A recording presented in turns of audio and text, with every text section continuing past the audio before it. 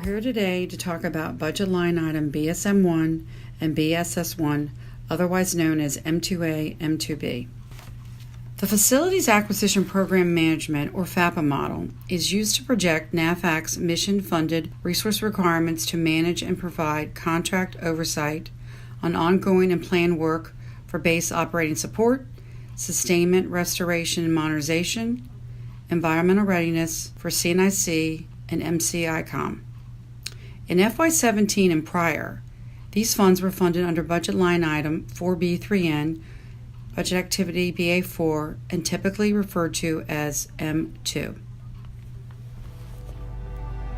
Slide 3. NAVFAC funds. The key to financial trust is funds fidelity. As we progressed along in our journey towards funds fidelity in FY17, this was the Chief's favorite slide. The journey has gotten more complicated as we strive to maintain fiscal integrity of our financial processes and funds sources, aligning our expenditures with resourcing intent. While it is our mission to provide project oversight for our O&M customers, we are only resourced for CNIC and MCICOM, and then only for Pacific Special Interest Code 6. At the end of FY16, F&B acknowledged that this, and in fiscal year 17, project oversight funding was expanded and broken down into 3 categories. The O&M generated from the FAPA model, internally called M2, M3A, which was the funding for the project oversight to support our O&M customers, and M3B, which is funding for the project oversight to support our non-O&M Navy customers. Slide 4. During the FY18 budget process, F&B submitted issue number 64221, realigning funding for our BOSS and FSRM project oversight from BA4, which is Command and Admin, to BA1, which is Operating Forces, effective October 1st, 2017.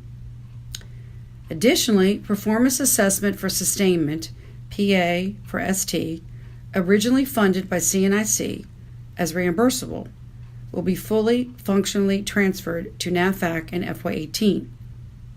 The FAPA model is now broken down into 2 separate fund sources: BSS1, subhead KFS1, Base Operating Support, which will be referred to internally as M2B, and covers primarily the Y facility service line, and BSM1, which is subhead KFM1, Facility Sustainment, Restoration, and Modernization Support, which will be internally referred to as M2A, and primarily covers the G construction line. Additionally, M2A covers environmental compliance.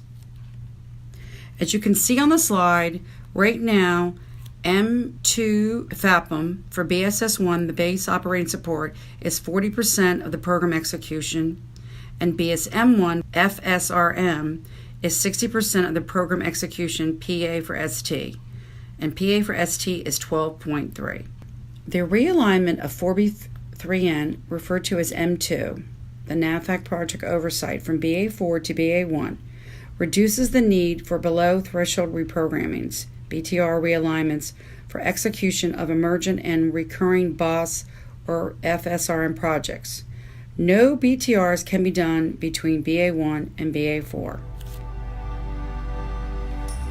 Slide 5. This is how the Chief's favorite slide will look in FY18. Notice that our M1 funding, which is our O&M mission, now the FAPM project oversight, M3A and M3B, and SIO are all BA4, and overall by itself is what we use to be our M2 FAPM, now broken down into M2A for BSM1 and M2B for BSS1. This separation of fund sources complicates RAP funding, as our acquisition workforce and project contract oversight workforce will be aligned into one of the 2 fund sources. So what does this mean? Beginning in FY18, we will need to establish new job order numbers for M2A and M2B. We cannot exceed the total funding amount in either BSS1 or BSM1. nor can we supplement either with a different fund source as they now are isolated in BA1. Any realignments between the BAs require a formal reprogramming. Slide 6. Project oversight is now broken down into 4 categories. M2A, which is BSM1, subhead KFM1, Facility Support Restoration and Modernization for CNIC and MCICOM. M2B, budget line item BSS1, subhead KFS1, Base Operating Support for CNIC and MCICOM. M3A, funds for the project oversight for our O&M Navy customers other than CNIC and Marine Corps ICOM. Their appropriations begin with 1781804 and include Fleet Forces Command and PAC Fleet to give it as an example. M3B funds for the project oversight for all of our other customers, non-O&M Navy and non-Navy. We track the SIO earnings between MCON and MILCON, but not the execution, at least not yet. Slide 7. This is what project oversight looks like beginning in FY18. The BSS1 and BSM1 budget line item split will now make our life more complicated and will require the establishment of new job order numbers for FY18. Notice the hard controls between the M2A-B fund sources and the M3A-B fund sources. We not only have to allocate funds between the 2 different budget line items and maintain integrity of the charging of those fund sources, but no internal reprogrammings can be done between M2A and M2B or M3A and M3B. These are hard fence lines, and any realignments between the 3 fund sources require reprogrammings. Funding is based on WIP, FIP, and DIP projections and issued as part of RAP controls. Slide 9. Beginning in FY18, RAP controls will identify the split between the 3 new fund sources, M2A, M2B, and PA for ST by location and product support lines. The fund source split, as indicated in the chart on slide 4, is 60% to BSM1 and 40% to BSS1, which equates to approximately 544 and 318 FTEs respectively.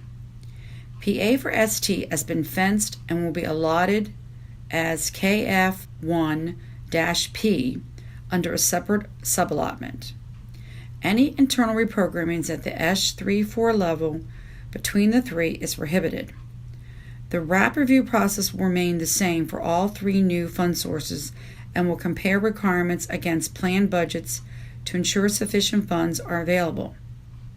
The associated FY18 job order numbers must be linked to the correct subhead in accordance with the RAP. Slide 10. Funds allocations will be based on RAP controls and issued via a NAVCOM Form 2168. The subhead will be identified in the authorized 2168 and should be cited as the funding document line of accounting. The PA for ST funding will be provided exclusively to the PW business line as a pass-through specifically to the Working Capital Fund workforce. Funds will be sent directly to the ESH4s via an Economy Act order work request from HQFM. This slide provides an example for funds sent via a NAVCOM Form 2168 for KFM1. Slide 11 provides an example for funds sent via a NAVCOM Form 2168 as well, but for KFS1.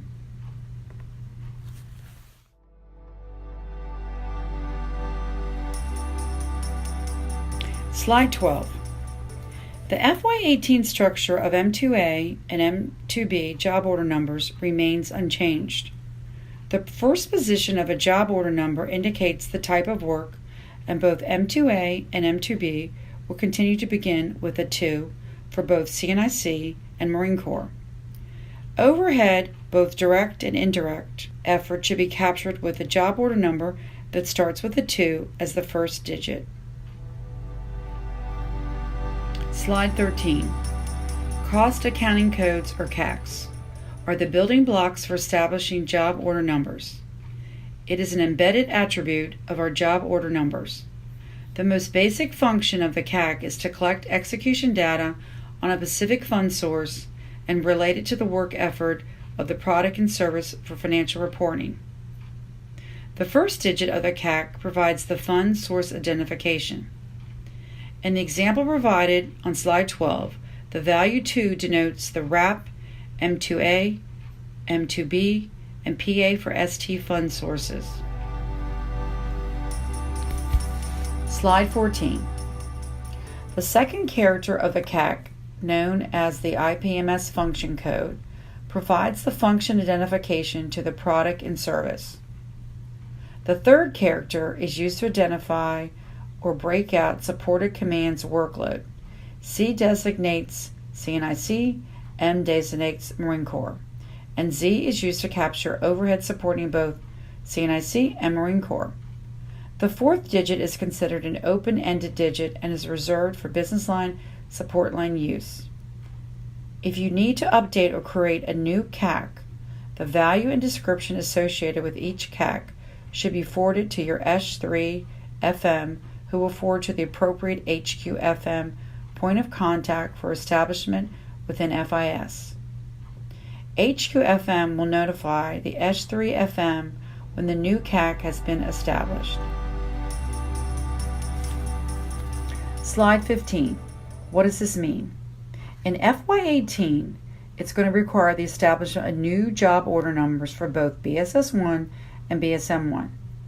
Purpose codes have become very important as it is imperative the workload is coded correctly in FIS. It is important that we all be vigilant.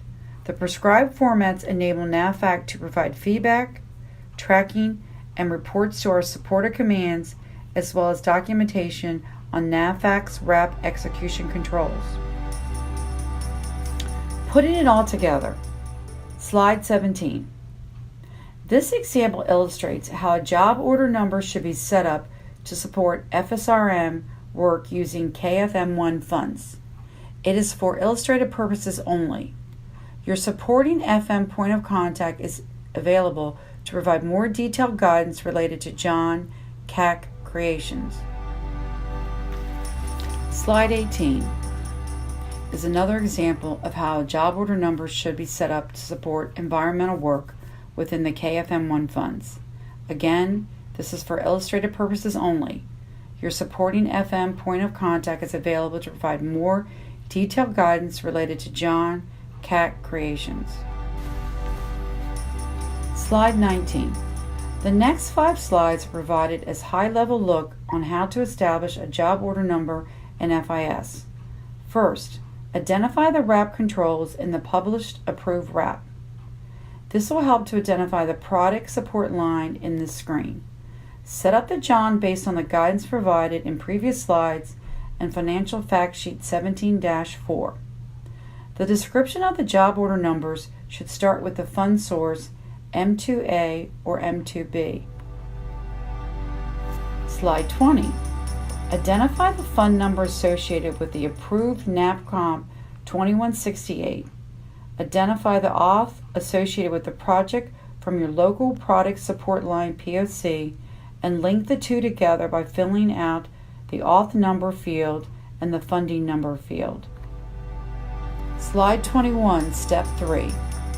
Identify the work package associated with the project from your local product support line POC and link the work package to the auth fund number combination from the previous slide. Slide 22, Step 4.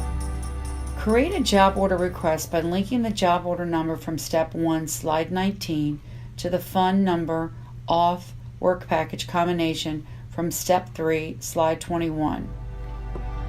Slide 23, Step 5. The COS ACC field should reflect the CAC fund source as identified in the IPMS instruction. The JOACR field should be the FY of the John being used. Example, FY18 equals 18. The open and close date should equal the date of the job order number usage. In the FSS field, enter the value defined in the HQ budget published in the annual chart of accounts. Lastly, slide 24 shows the reference documents that have been used throughout the brief. Please feel free to look at these examples in the reference documents. Thank you very much for your time and attention.